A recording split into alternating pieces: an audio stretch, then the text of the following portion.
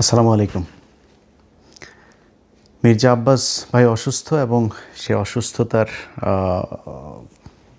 কারণে অনেকেই সোশ্যাল মিডিয়াতে বিভিন্ন জায়গাতেই দেখলাম, বিশেষ করে সম্ভবত যারা বিএনপির ভাই বোনেরা আছেন তারা বোধহয় বেশিরভাগ এইসব লেখাগুলো লিখছেন যে নাসিরউদ্দিন পাটোয়ারি হচ্ছে গিয়ে এই মির্জা আব্বাসের অসুস্থতার জন্য কারণ।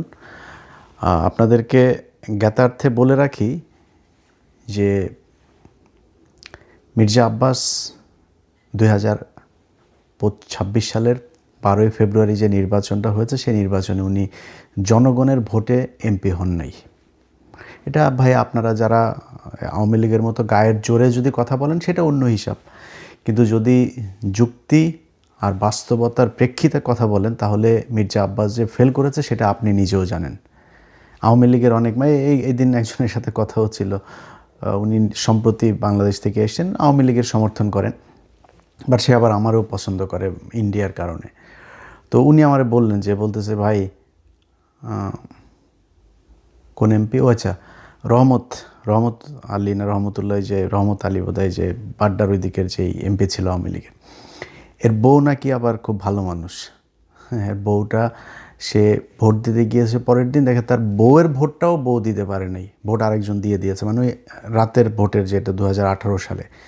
তো এই লোক সে এরকম এক ভোট কেন্দ্রে সে সারা রাত ভোট মেরেছে। তো এসে তারপরে সে বলল যে ভাই এই ব্যাপার, ভোট কিন্তু এইভাবেই হয়েছে, আপনারা যেটা বলেন এটা একদম অযৌক্তিক না। তো এটা কিন্তু আওয়ামী লীগের লোক সবচেয়ে ভালো জানে যে রাতে ভোটটা যে হয়েছে। আজকে বিএনপি 2026 সালের 12ই ফেব্রুয়ারি নির্বাচনে কি করেছে এটা বিএনপি পৃথিবীর সবচাইতে ভালো জানে, কিভাবে কি হয়েছে, কোন জায়গায় কাকে ঠকায় কাকে জিতানো হইলো কি, এগুলো সব কিছু ওনারা আমাদের চাইতে ভালো জানে, স্বীকার করবে না, এটাই হচ্ছে গিয়ে পার্থক্য। স্বীকার করার দরকার নাই, কিন্তু উনি কিন্তু একজন ভোটচোর।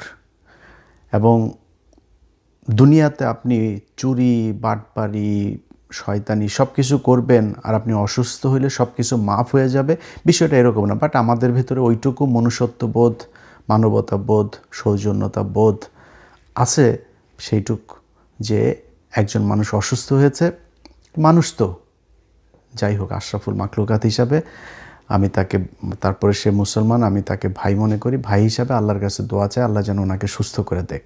বাট এই যে দোষ যারা দিচ্ছেন তাদেরকে প্রথমে হিসাব করতে বলবো, মির্জা আব্বাসকে যদি নাকি ওনার ধরেন কোনো পাপ টাপ কিচ্ছু নাই, এই ভোট চুরি করেন নাই, উনি ভোটেই জিতে তারপরে সংসদ সদস্য হয়েছেন, উনি খুব ভালো মানুষ, ওনার মতো ভালো মানুষ এই দুনিয়ায় কেউ নাই। উনি এই যে ঢাকা ব্যাংকের মালিক, এই ঢাকা ব্যাংকের মালিক ওনার বাবার বাড়িঘর ভিটেমাটি বিক্রি করে তারপরে ঢাকা ব্যাংক দিয়েছেন, এখানে 1 টাকাও 2 নাম্বারই টাকা নাই। বিএনপির সময় উনি গণপূর্ত মন্ত্রী ছিলেন, ওই মন্ত্রী থাকা অবস্থানে 1টা টাকাও খায় নাই, খুব সৎ অফিসার ছিলেন তিনি। এরকম একজন সৎ মানুষ মনে করে তারপরে ধরেন বক্তব্যটা যদি শুরু করি, এইবার আসেন যে এটার জন্য দায়ী কে। মির্জা আব্বাসের এই যে মনোনয়ন, এই মনোনয়ন পাওয়া নিয়েও কিন্তু দলের ভেতরে ওনাকে না দেওয়ার পক্ষে লোক ছিল। জিজ্ঞেস করেন বিএনপি লোকজনের, যারা বিএনপি, আমরা তো ভাই মানে আওয়ামী বিরোধী ছিলাম, বিএনপির সাথে তো আমাদের সম্প্রতি সম্পর্ক, বিএনপি আমাদেরকে শত্রু মনে করে, বাট বিএনপির ভেতরে তো অনেক বন্ধুবান্ধব আছে, অনেক সূত্র আছে, অনেক সাথে এখনও ভালো সম্পর্ক আছে, ওনাদের কাছে জিজ্ঞেস করেন আপনারা। ওনার স্ত্রী আফরোজা বেগম, উনি আপনার এমপি নির্বাচন করতে চেয়েছিলেন, যেখানে ওই যে হাবিবুর আছে না, ছাত্রলীগের সাবেক ছাত্রলীগের যে হাবিবুর, এই হাবিব হচ্ছে গিয়ে আপনার ওই আসনে আফরোজা চেয়েছিলেন, মানে মির্জা আব্বাসের স্ত্রী, ওনার পুরো নামটা আমার মনে নেই, ওনার স্ত্রী চেয়েছিলেন ওইখানে দাঁড়াইতে, খুব চেষ্টা করেছেন, ওনাকে দেওয়া হয় নাই।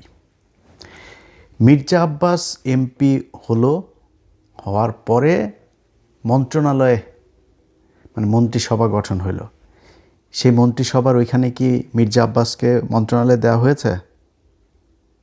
বলেন, আপনারা বলেন, বিএনপির যারা মির্জা আব্বাসের দেখলাম ওনারা দেখার জন্য সোজা প্রধানমন্ত্রী নিজেও গিয়েছেন ইয়েতে দেখা করার জন্য, হসপিটালে দেখা করার জন্য, তো উনি খুব গুরুত্বপূর্ণ এই কারণেই তো গিয়েছেন। তো ঠিক আছে, আমরা ধরে নিলাম যে ওনাকে বিএনপি খুব পছন্দ করত। ওনাকে মন্ত্রী পদমর্যাদায় উপদেষ্টা বানানো হলো। এই আওয়ামী লীগের সময় মনে আছে আপনাদের একবার ওই যে দপ্তরবিহীন মন্ত্রী একজন ছিল, কে যেন আমি ভুলে গেছি এই লোকটার নাম, কাউকে একজনকে দপ্তরবিহীন মন্ত্রী বানানো হয়েছিল, সুরঞ্জিত সেন গুপ্ত টুপ্ত বা কাউকে একজনকে, আমার মনে নাই তার নাম। তারা নিয়ে আমরা খুব হাসাহাসি করতাম, ট্রল করতাম ফেসবুকে। তো এই যে মির্জা আব্বাস, গয়েশ্বরচন্দ্র রায়, এরকম কয়েকজনকে দপ্তরবিহীন মানে এই মন্ত্রীর পদমর্যাদায় উপদেষ্টা বানিয়েছে না, এটা কিন্তু গালের মধ্যে একটা জুতা মারা। মির্জা আব্বাস ওই জুতায় কতটা কষ্ট পেয়েছেন সেটা আপনারা মানে বাস্তবতা দিয়ে আপনাদেরকে আমি বুঝাই দেই।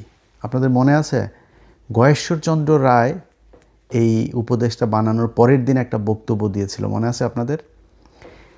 পৃথিবীতে যতদিন বেঁচে থাকবে কোনো দিন গয়েশ্বরচন্দ্র রায় মন্ত্রী হবেন না। উনি নিজে বলেছেন, আমি কোনো দিন মন্ত্রী হব না যতদিন পৃথিবীতে বেঁচে থাকব।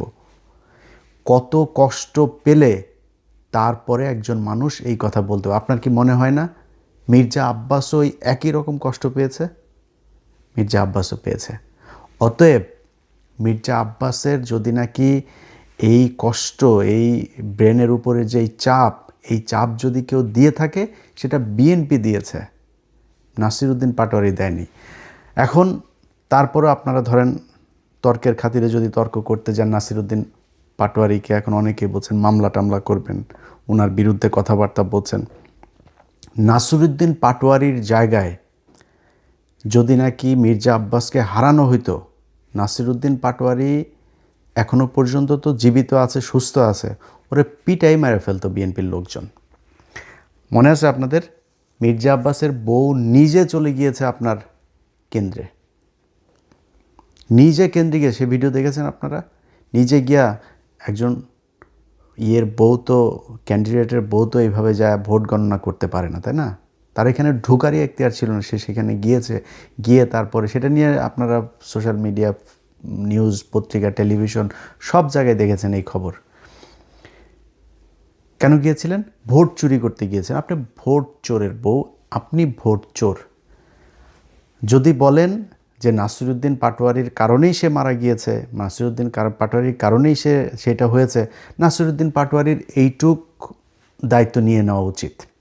মারা গেলে মারা গেছে, আমার কথায় যদি সে এরকম অবস্থা হয়েছে, আমি সত্য কথা বলছি, আমি ভোটে আমারে জোর করে তারা চুরি করে জিতাইছে, এই জন্য করা হয়েছে। এই নাসিরউদ্দিন পাটোয়ারি সহ জামাত ইসলাম, এই যে আজকে পর্যন্ত চুপ করে আছে না, এই জামাত ইসলাম ওই যে ওয়াকার বলেছিল বুকে পাথর বেঁধে তারপরে হাসিনাকে সে দেশ থেকে বের করেছে, এই জামাত ইসলাম বুকে পাথর বেঁধে তারপরে এই 12 তারিখে নির্বাচনটা মেনে নিয়েছে। কারণ জামাত ইসলামকে বলা হয়েছিল শুধু এক জায়গা থেকে না, আপনাদেরকে বললাম না, এটা জামাতের কেন্দ্রীয় নেতাদের সাথে যাদের পরিচয় আছে তারা জিজ্ঞেস করে নিয়েন যে কোন কোন জায়গা থেকে, দেশের ভেতর বাহির, উত্তরপাড়া দক্ষিণপাড়া বিভিন্ন জায়গা থেকে, কোন কোন জায়গা থেকে তাদেরকে বারবার ওয়ার্নিং দেওয়া হয়েছে। জামাত কিন্তু চেয়েছিল প্রতিবাদ করতে, রাস্তায় নেমে যেতে চেয়েছিল, এটা নিয়ে ব্যাপক গ্যাঞ্জাম তাদের করার লোকও ছিল, প্রস্তুতিও ছিল, তারা করতেও ছিল, বাট তাদেরকে বারবার করা হয়েছে যে না, কোনো কিছু করা যাবে না। তারা করে নাই। তারা কিন্তু এই দেশের কথা চিন্তা করে, দেশটা গৃহযুদ্ধ বেঁধে যাবে, দেশে একটা খারাপ পরিস্থিতি তৈরি হবে, আওয়ামী লীগ, ইন্ডিয়া তারা সুযোগ নেবে, তারা নিজেদের ক্ষমতায় দেওয়ার চাইতে দেশের যেই রাজনৈতিক পরিবেশ, এই পরিবেশটাকে তারা শান্ত রাখতে চেয়েছে, এই জন্য তারা ওই দিন গ্যাঞ্জাম করে নেই। আপনার মনে হয় না যে জামাতের এইটুকু ক্ষমতা আছে? এবং আপনারা বলে রাখি, জামাত ইসলামের যদি নাকি মাঠে নামে পিটাপিটি করতে আসেন না, বিএনপি আপনারা পিটাপিটি করে পারবেন না ওদের সাথে। অনেক বড় বড় কথাবার্তা বলতে পারেন। ওই যে ছাত্রলীগ, আওয়ামী লীগের লোকজন মনে আছে, বিধবা নারীদের মতো জামাই মারা গেলে যেমন অসহায় হয়ে যায় না, ছাত্রলীগ, যুবলীগ, পুলিশ প্রশাসন ছাড়া ওই রকম আমরা ওদের বিধবা বলে খাপাইতাম। সবসময় পুলিশের পেছনে থেকে তারা বিশাল মাস্তানি করতো। আজ কোথায় রে বাবা তোরা? তোদের পুলিশ বাপ নাই, আর সেনাবাহিনীর বাপেরা নাই, আজকে তোরা কোথায়? রাস্তায় আয়। আজকে তো রাস্তায় যাইতে পারিস না, তোর মারে খেদানোর পরে যখন বুঝছিস সরকার ক্ষমতায় নাই, 3 মিনিটের মধ্যে সারা দেশ থেকে তোরা উধাও হয়ে গেলি। এইরকম আন্ডা বাচ্চা সহ পৃথিবীর ইতিহাসে কোনো দিন এরকম হয়নি। তোরা এখনও দেখা হইলে তারপরে বড় বড় কথাবার্তা করে, আশপাশের থেকে দেয়, আপনার আওয়াজ দেয় যে রাজাকার। তো রাজাকার আমি তো প্রাউডলি বলি রে বেটা, আমি রাজাকার, আমি রাজাকার, আমার বাপ রাজাকার, আমি আর আমার আব্বা দুইজনে মিলে তোদের মাদেরকে নিয়ে পাকিস্তানি ইতে দিয়ে আসতাম। এটা তো আমি নিজে বলি, স্বীকার করি। আমি কি বলদ, তোর বলদ মনে হয় আমারে? আমি ঠকবো কেন? আমি আর আমার বাবা দুজন মিলে পাকিস্তান ক্যাম্পে দিয়ে আসতাম মানে কি? তোদের মাদের বোনদেরকে মেয়েদেরকে দিয়ে আসতাম। তাহলে এখন পাকিস্তানের বীজ হলি কারা? তোরা। তো তোরা রাজাকার বললে আমি তো প্রাউড ফিল করি। তুই আমার যেটা বলে খেপাইতে চাই ওটা তো আমি খেপি না। কী হবে? তুই রাজাকার বলবি, আমি তোরে বলবো তোর মা তো বিয়ে ছাড়া মোদির সাথে যায় শুইতেছে, তোরা তো ওইটা আনতে পারিস না। তোদের মারে তোদের আপারে আন, এটা তো আনতে পারিস না। তো এটা বলে ওনারা করতে চায়। যাই হোক, সেই রাজাকার টাজাকারের ওই ওই আলাপে গেলে আবার অনেক অন্যদিকে চলে যাবে। তো এখন এই মির্জা আব্বাসের বিষয়ে যদি নাকি এখন মনে করেন জামাত ইসলাম মাঠে ওই দিন খারাপ কাজ করতো, তাহলে দেশের পরিস্থিতিটা খারাপ হইতো। বিএনপি হইলে এই ধৈর্য জীবনেও দেখাইতো না। হেরে তারপরে বিএনপি জিতে আজকে করছে, ক্ষমতায় আছে, ভোটে হেরে। শোনেন, যেই সব জায়গায় 3,000, 4,000, 5,000 এরকম হয়েছে 57টা না 54টা আসনে। আপনার মনে, তারেক রহমান প্রধানমন্ত্রী, সেই প্রধানমন্ত্রী খালেদুজ্জামান ভাইয়ের কাছে জিতেছে হচ্ছে 5,000 ভোটে। এটা আপনার বিশ্বাস হয়? আপনি কাউন্ট করেন প্রথম দিকের কেন্দ্রগুলোর ফলাফল আর শেষে একই সাথে 17টা কেন্দ্রের ফলাফল দিয়ে দেওয়া হইল কেন? ওগুলিতে সব করাতে তারেক রহমান আগায়, সব করে তা। আর প্রথমে যেগুলো ইন্ডিভিজুয়ালি কেন্দ্রগুলো করা হইলো, সব করাতে খালেদুজ্জামান ভাই আগায়। এটা আপনাদের বিশ্বাস হয়?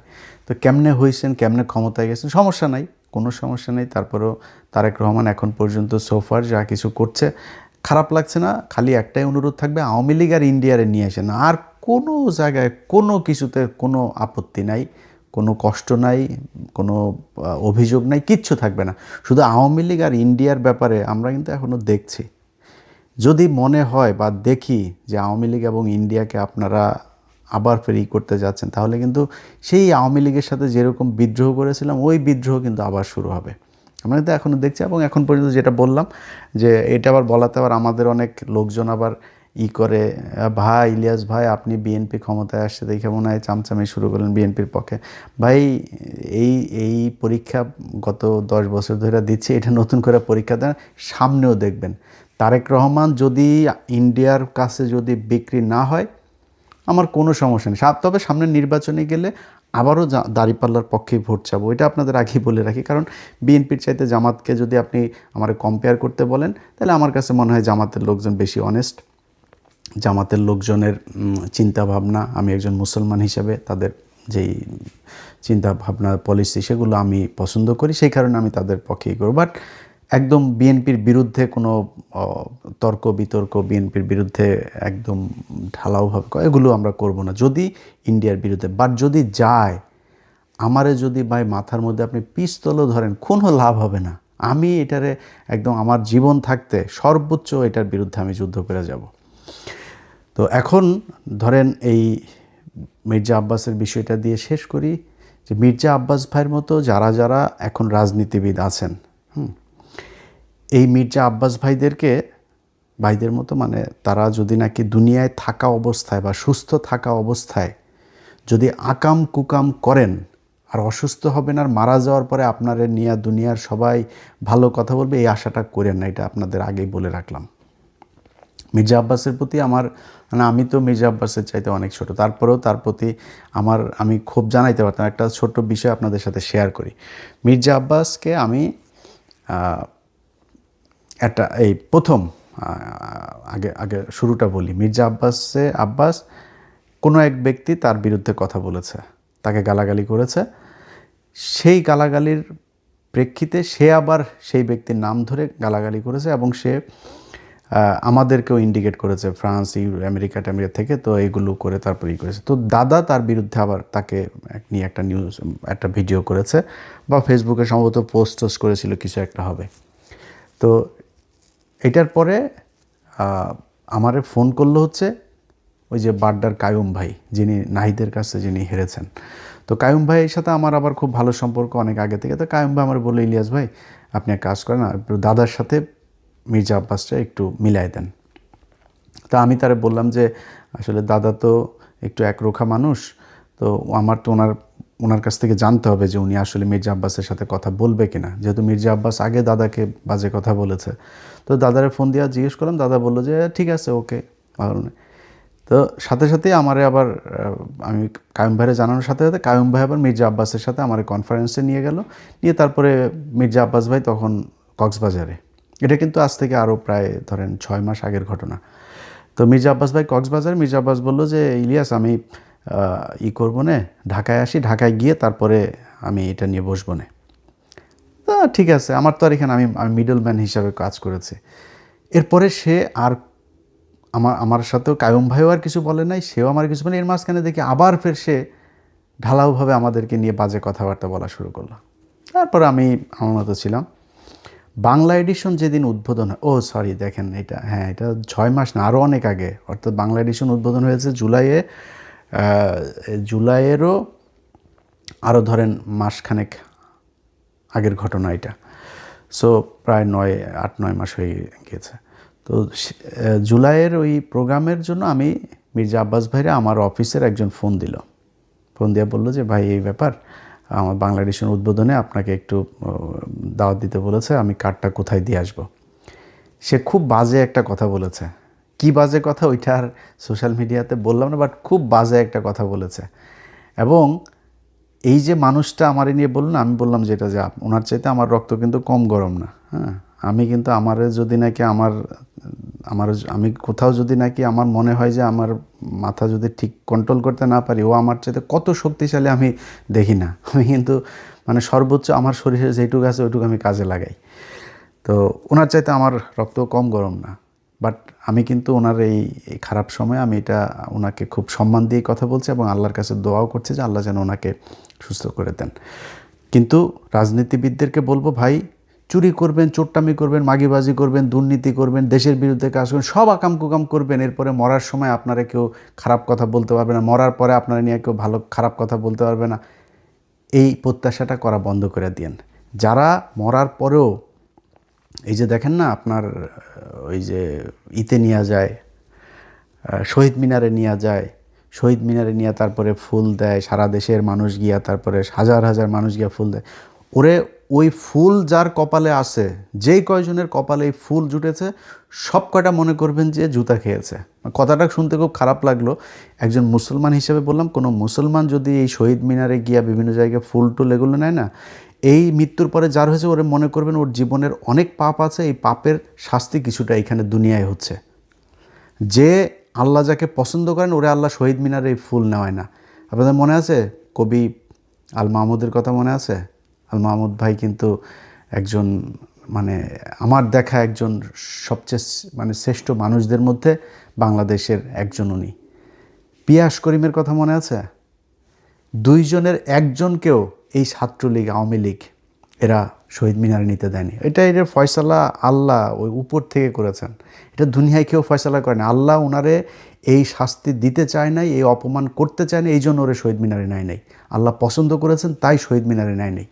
সো এরকম যারা শহীদ মিনার আল্লাহ নেয়, মনে করেন কম থাক বেশি থাক আপনার পাপ আছে, এই জন্য শহীদ মিনারে নিয়ে ফুল দেয়। যাদের মুসলমান দাবি করেন নিজেরা, আপনারা মৃত্যুর আগে বলে নিন, পরিবারকে বলে দিন যে আমার মৃত্যুর পরে আমার কবর দেওয়ার জন্য আমার যত দ্রুত সম্ভব আমার এই কাজ যেন সম্পূর্ণ করা হয়। এটাই ইসলাম।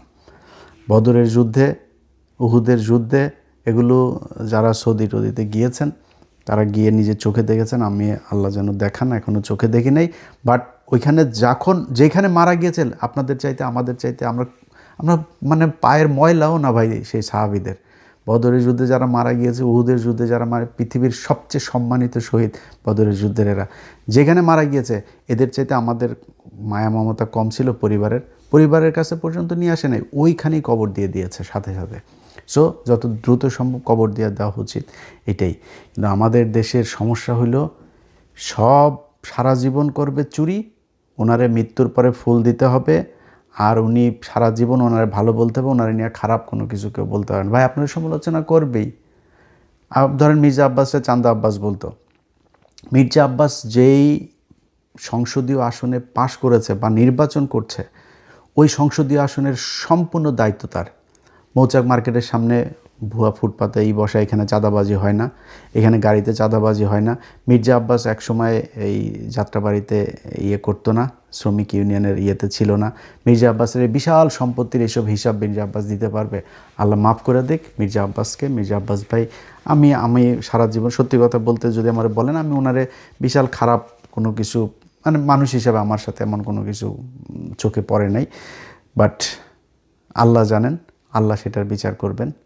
তারপরেও সব শেষ আবারও মুসলমান হিসাবে, মুসলমান ভাই হিসাবে মির্জা আব্বাস ভাই আল্লাহ বাঁচিয়ে রাখুক। আল্লাহ যদি ওনাকে নিয়ে যান, আল্লাহ যেন তাকে মাফ করে দেন। যারা দুনিয়ায় আমরা আছি, আল্লাহ যেন আমাদেরকে মাফ করে তারপরে মৃত্যুবরণ করেন। এইটুকু। আল্লাহ হাফেজ।